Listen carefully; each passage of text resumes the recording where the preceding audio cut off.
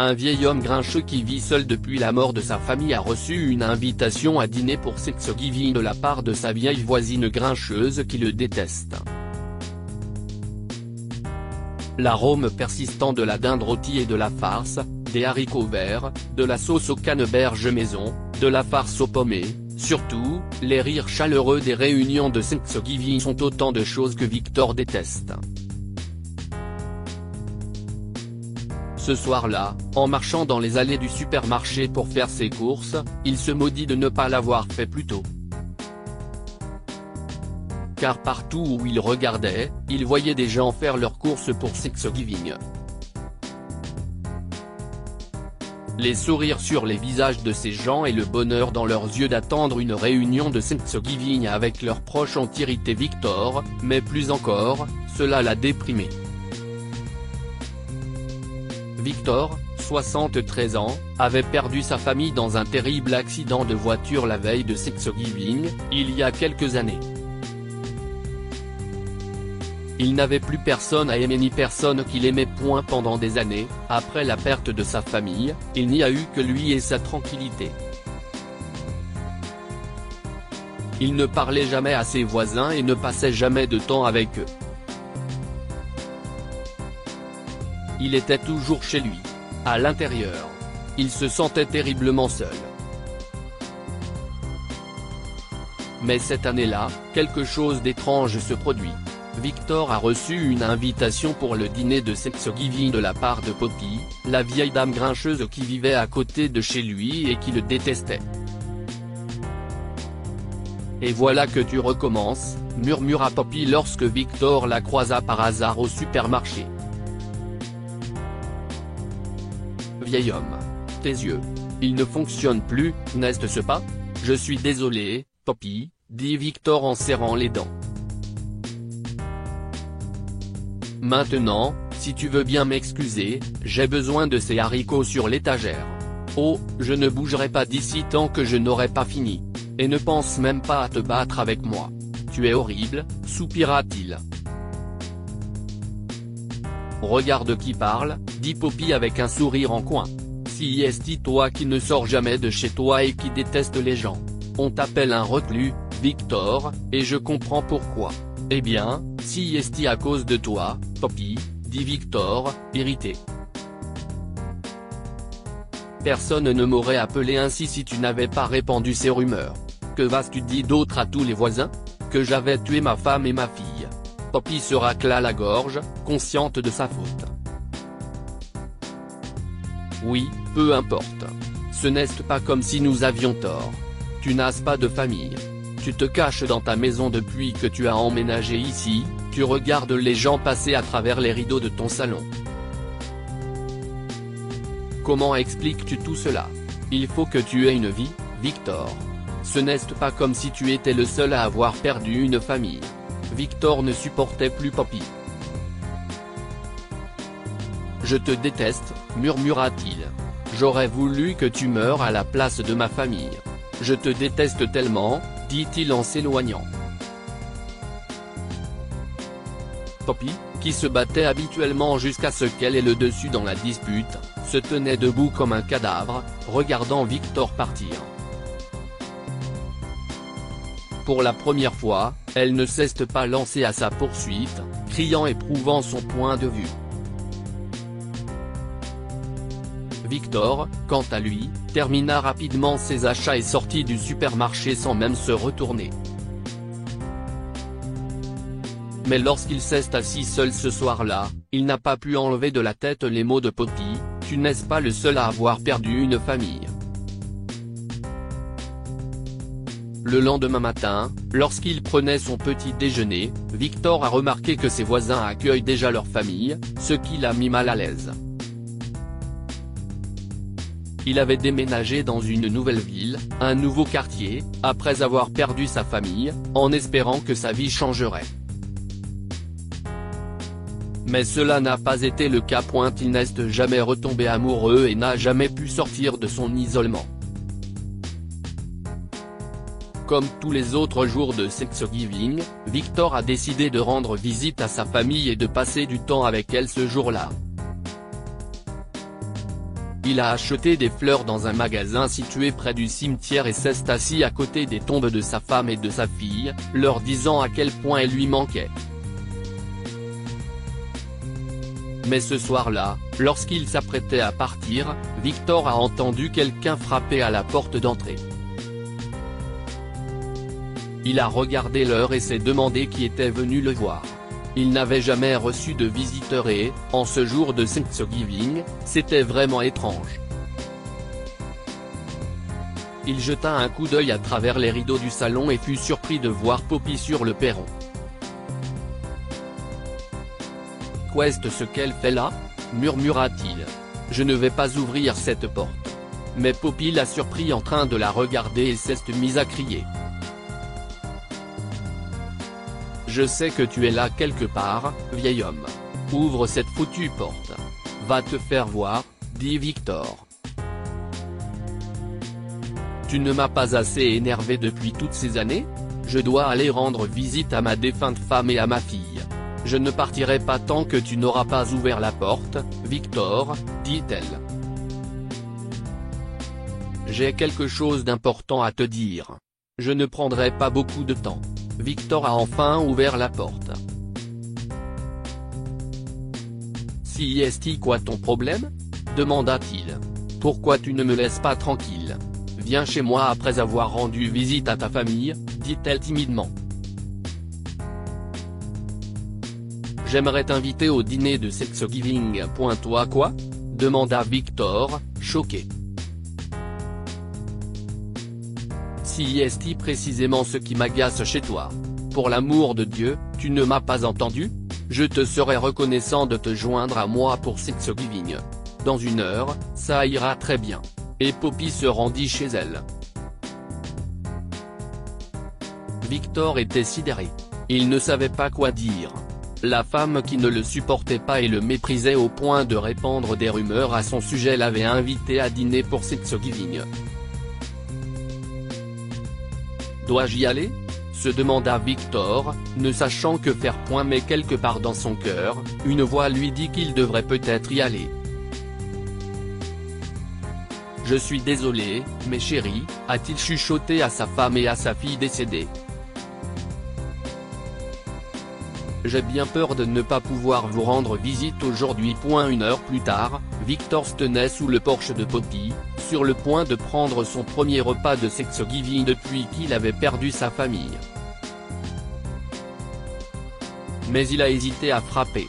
Il pensa soudain à se retourner pour partir, mais avant qu'il ne puisse le faire, Poppy apparut sur le pas de la porte. « Entre, » dit-elle doucement. « Tu crois que tu es le seul à pouvoir regarder les gens à travers la fenêtre du salon ? Oh ! Eh bien, merci. » En entrant, Victor vit une immense table garnie des plus succulents plats de Thanksgiving, dinde rôtie avec toute la farce, purée de pommes de terre, tarte aux pommes, et bien d'autres choses encore, mais il n'y avait personne d'autre que Poppy et lui. « Ta famille n'est pas là ? » demanda-t-il. « Je pensais qu'ils seraient là. » « Ils n'ont pas eu le temps, » dit tristement Poppy. « Ils ne s'intéressent plus à moi. » Si est-il comme ça qu'on se sent seul ? Ne sommes-nous pas dans le même bateau, Victor ? Je suppose que non, dit-il. Ma famille est morte. Tu peux encore inviter la tienne pour l'année prochaine. Troisièmement, dit-elle en larmes. Si est-il la 3e année consécutive qu'ils ne viennent pas. Mes enfants et petits-enfants ont dit qu'ils n'avaient pas le temps. J'ai passé des heures à préparer tout cela, tu sais. J'ai aussi fait la tarte aux pommes. Mon petit-fils l'adore. Victor s'est senti mal pour Poppy. En la voyant triste, il se rendit compte qu'elle n'est pas vraiment une femme grincheuse. Au contraire, elle était un peu comme lui, quelqu'un qui a besoin de l'amour d'une famille. Eh bien, dit Victor après une pause, moi aussi, j'aime la tarte aux pommes. Si est-il pour cela que tu as invité ce vieil homme ? Je me sentais mal pour toi, dit-elle. Tu n'as rien acheté pour cette hier. Tu ne le fais jamais. Je ne t'ai pas vu fêter une seule occasion depuis que tu as emménagé dans ce quartier, et nous, les voisins, n'avons pas essayé de t'inviter. Victor s'est assis à la table et a dit, eh bien, si est à cause de tes rumeurs, n'est-ce pas? Écoute, Poppy, et si tu mettais tout de côté et qu'on profitait de toute cette nourriture? J'ai un peu faim, pour être honnête. Merci, dit Poppy, les larmes coulant sur ses joues. Merci d'avoir accepté mon invitation. Je me suis senti très mal quand ils ont refusé. Mes enfants me manquent tellement. Et je me sens mal pour ces rumeurs. Désolé. Mais je l'ai fait parce que. Victor sourit. Ce n'est pas grave. Et si tu t'asseyais et que tu continuais ton histoire? Si est ce quoi fait Poppy. Elle essuya ses larmes, s'assit et leur servit à manger. Je t'ai remarqué dès que tu as emménagé dans ce quartier, poursuivit-elle. J'étais ravi que quelqu'un s'installe à côté de chez moi. Tu sais, ta maison était vide depuis longtemps. J'étais tellement heureuse de te voir que j'ai préparé une tarte et j'ai décidé de te rendre visite. Mais toi, vieil homme, tu m'as littéralement claqué la porte au nez. Je n'accepte rien de la part des étrangers. Si est ce que tu avais dit d'un ton grincheux. Victor n'a pu s'empêcher de rire. Cela faisait longtemps qu'il n'avait pas ri de si bon cœur. Si est moi qui ai fait ça? Demanda-t-il. Poppy sourit. Oui, tu l'as fait, dit-elle. Tu l'as fait. Bon sang. Pas étonnant que tu m'aies détesté pendant tout ce temps. Qui a dit que je te détestais? Tu ne m'as jamais détesté? Demanda Victor. Déteste, corrigea-t-elle avec un sourire niais, je te déteste toujours, mon vieux. Je ne te pardonnerai jamais d'avoir évité tout le monde. Tu aurais pu aller de l'avant, Victor. Je t'ai invité parce que je me sentais mal pour toi.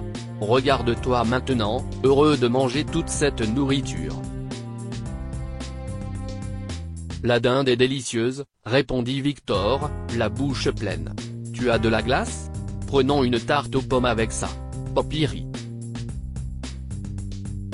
Tu es pire que mon petit-fils de 8 ans. J'ai de la glace à la vanille. Ça ira? Parfait, dit-il. Si est ma préférée. Aussi, dit-elle doucement. Si je peux me permettre, qu'est-il arrivé à ta famille? Ce n'est pas grave si tu ne veux pas me le dire. Le sourire de Victor s'estompa et il a pris un moment avant de répondre. Accident, finit-il par dire. Ma femme conduisait ma fille à l'école quand leur voiture a eu un accident. Cela fait des années, mais j'ai toujours l'impression que c'était hier que je les ai perdus. J'ai organisé leur funérailles après avoir emménagé ici. Je crois que j'ai quitté mon ancienne maison 2 jours seulement après les faits. Je ne voulais pas vivre dans la ville qui m'avait enlevé ma fille et ma femme. Je ne sais pas si on te l'a déjà dit, Victor, dit doucement Poppy, mais tu es l'une des personnes les plus fortes que j'ai jamais vues. Tu as été assez courageux pour affronter la vie tout seul. Après la mort de mon mari, j'ai perdu l'espoir de vivre, mais ma fille m'a encouragé. Je l'avais, mais toi, tu n'as personne, et pourtant tu n'as pas abandonné. Je suis fier de toi, mon vieux. Victor sourit. Victor, a-t-il dit. J'aimerais que tu m'appelles comme ça. Je ne suis pas si vieux que ça. Et Poppy lui a rendu son sourire. Dans l'ensemble, le dîner a été une soirée agréable, et la plus belle, si est que Victor et Poppy ne se détestaient plus. En fait, un lien profond, un lien d'amour, s'est développé entre eux peu de temps après, et ils ont réalisé qu'ils avaient besoin l'un de l'autre. 6 mois plus tard, ce sentiment s'est transformé en quelque chose de plus beau. Victor et Poppy ont échangé leurs vœux de mariage lors d'une cérémonie intime, promettant de poursuivre leur dispute aigre-douce l'un avec l'autre jusqu'à ce que la mort les sépare. Poppy a fait comprendre à Victor que la vie était faite pour aller de l'avant. Prendre un nouveau départ et aller de l'avant ne signifie pas ignorer la perte d'être cher. Eh bien, cela a aidé Victor à guérir de sa perte et Poppy a trouvé quelqu'un qu'il aimait et qui ne la laisserait jamais seule. Que pouvons-nous apprendre de cette histoire? Aller de l'avant ne signifie pas ignorer nos proches. Si est un signe de guérison. Victor a toujours pensé qu'aller de l'avant reviendrait à négliger l'amour qu'il portait à sa femme et à sa fille décédée, mais Poppy lui a fait comprendre qu'il s'agissait avant tout de guérir d'une perte. La haine paralyse la vie, alors que l'amour la libère de la douleur et de la souffrance. Poppy et Victor se méprisaient l'un et l'autre, mais lorsqu'ils ont compris à quel point ils avaient besoin l'un de l'autre, ils ont guéri de leur douleur et ont pris ensemble un beau départ. Partagez cette histoire avec vos amis. Elle pourrait égayer leur journée et les inspirer.